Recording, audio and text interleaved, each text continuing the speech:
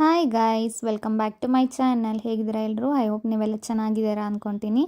ಇವತ್ತು ಒಂದು ಒಳ್ಳೆ ರೆಸಿಪಿ ಜೊತೆ ನಿಮ್ಮ ಮುಂದೆ ಬಂದಿದ್ದೀನಿ. ಏನಪ್ಪ ಅಂದರೆ ಪಾಲಕ್ ಪನ್ನೀರ್ ಹೇಗೆ ಮಾಡೋದು ಕ್ವಿಕ್ಕಾಗಿ ಅಂತ ಹೇಳ್ಬಿಟ್ಟು ತೋರಿಸ್ಕೊಡ್ತಾ ಇದ್ದೀನಿ. ನಮ್ಮ ಮನೇಲಿ ಎಲ್ರಿಗೂ ತುಂಬಾ ಇಷ್ಟ ಪಾಲಕ್ ಪನ್ನೀರ್ ಅಂದರೆ. ಸೊ ಡಾಬಾ ಸ್ಟೈಲಲ್ಲಿ ಹೇಗೆ ಸಿಂಪಲ್ ಆ್ಯಂಡ್ ಈಸಿಯಾಗಿ ಕ್ವಿಕ್ಕಾಗಿ ಹೇಗೆ ಮಾಡ್ಕೋಬೋದು ಅಂತ ಹೇಳ್ಬಿಟ್ಟು ಇವತ್ತಿನ ವೀಡಿಯೋದಲ್ಲಿ ತೋರಿಸ್ತೀನಿ. ವಿಡಿಯೋ ಇಷ್ಟ ಆದರೆ ಲೈಕ್ ಮಾಡಿ, ಶೇರ್ ಮಾಡಿ, ಸಬ್ಸ್ಕ್ರೈಬ್ ಮಾಡ್ಕೊಳ್ಳೋದು ಮಾತ್ರ ಮರಿಬೇಡಿ. ಸೊ ಬನ್ನಿ ಇವಾಗ ಹೇಗೆ ಮಾಡೋದು ಪಾಲಕ್ ಪನ್ನೀರ್ ಅಂತ ಹೇಳ್ಬಿಟ್ಟು ನೋಡೋಣ.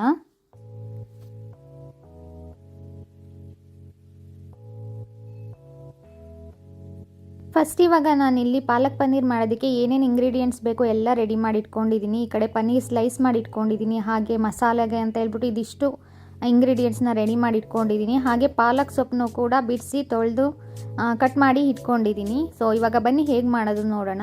ಫಸ್ಟು ಪನ್ನೀರ್ ಸ್ಲೈಸಸ್ಗೆ ಸ್ವಲ್ಪ ಉಪ್ಪು, ಖಾರದ ಪುಡಿ, ಅರಿಶಿನ ಪುಡಿನ ಹಾಕ್ಬಿಟ್ಟು ನೀಟಾಗಿ ಈ ರೀತಿ ಮಿಕ್ಸ್ ಮಾಡಿ ಸೈಡಲ್ಲಿ ಎತ್ತಿಟ್ಕೊಂಡಿದ್ದೀನಿ. ನೆಕ್ಸ್ಟ್ ಇವಾಗ ಒಂದು ಬಾಣಲಿಗೆ ಸ್ವಲ್ಪ ತುಪ್ಪನ ಹಾಕಿ ತುಪ್ಪ ಬಿಸಿ ಆಗೋ ತನಕ ಬಿಟ್ಟಿದ್ದೀನಿ.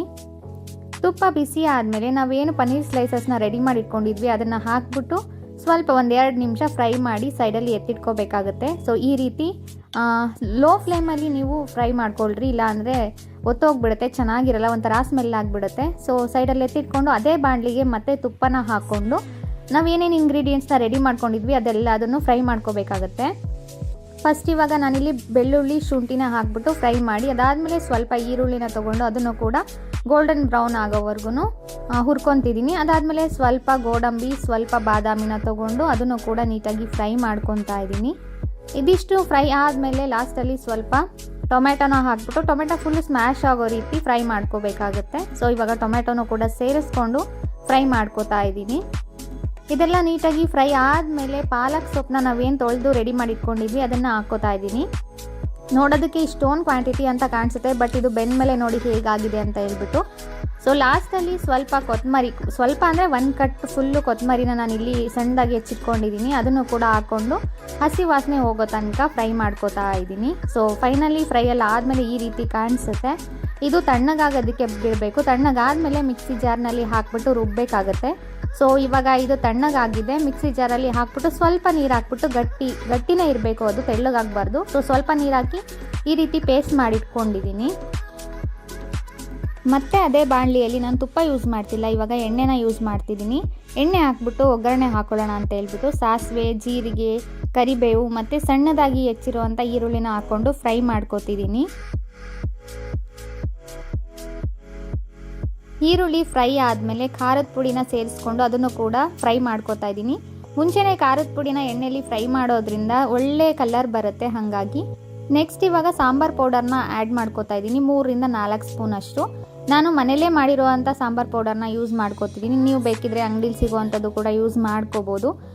ಇದನ್ನೆಲ್ಲ ಹಾಕ್ಕೊಂಡು ಚೆನ್ನಾಗಿ ಮಿಕ್ಸ್ ಮಾಡಿಕೊಂಡು ನಾವು ರುಬ್ಬಿಟ್ಕೊಂಡಿರೋಂಥ ಮಿಕ್ಸ್ಚರ್ನ ಇವಾಗ ಹಾಕೋತಾ ಇದ್ದೀನಿ.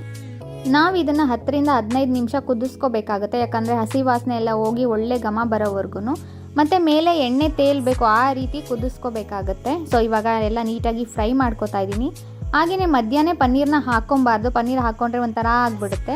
ಸೊ ಫಸ್ಟ್ ಇವಾಗ ಉಪ್ಪನ್ನು ಹಾಕ್ಕೊಂಡು ಇದು ಚೆನ್ನಾಗಿ ಕುದ್ದ ಮೇಲೆ ಲಾಸ್ಟಲ್ಲಿ ಇನ್ನೇನು ಇಳಿಸೋದು 2 ನಿಮಿಷ ಇದೆ ಅನ್ನುವಾಗ ಪನ್ನೀರ್ನ ಹಾಕ್ಕೊಂಡು 2 ನಿಮಿಷ ಬಿಟ್ಟು ಫ್ಲೇಮ್ನ ಆಫ್ ಮಾಡಬೇಕಾಗತ್ತೆ. ಲಾಸ್ಟಲ್ಲಿ ಸ್ವಲ್ಪ ಗರಂ ಮಸಾಲಾನ ಆ್ಯಡ್ ಮಾಡ್ಕೋತಾ ಇದ್ದೀನಿ, ಸ್ವಲ್ಪ ಟೇಸ್ಟ್ ಚೆನ್ನಾಗಿರಲಿ ಅಂತ ಹೇಳ್ಬಿಟ್ಟು. ಸ್ವಲ್ಪ ಜಾಸ್ತಿ ಅಲ್ಲ, 1-2 ಸ್ಪೂನ್ ಆಗೋಷ್ಟು ಗರಂ ಮಸಾಲಾನ ಹಾಕ್ಕೊಂಡು ಮಿಕ್ಸ್ ಮಾಡ್ಕೋಬೇಕಾಗತ್ತೆ.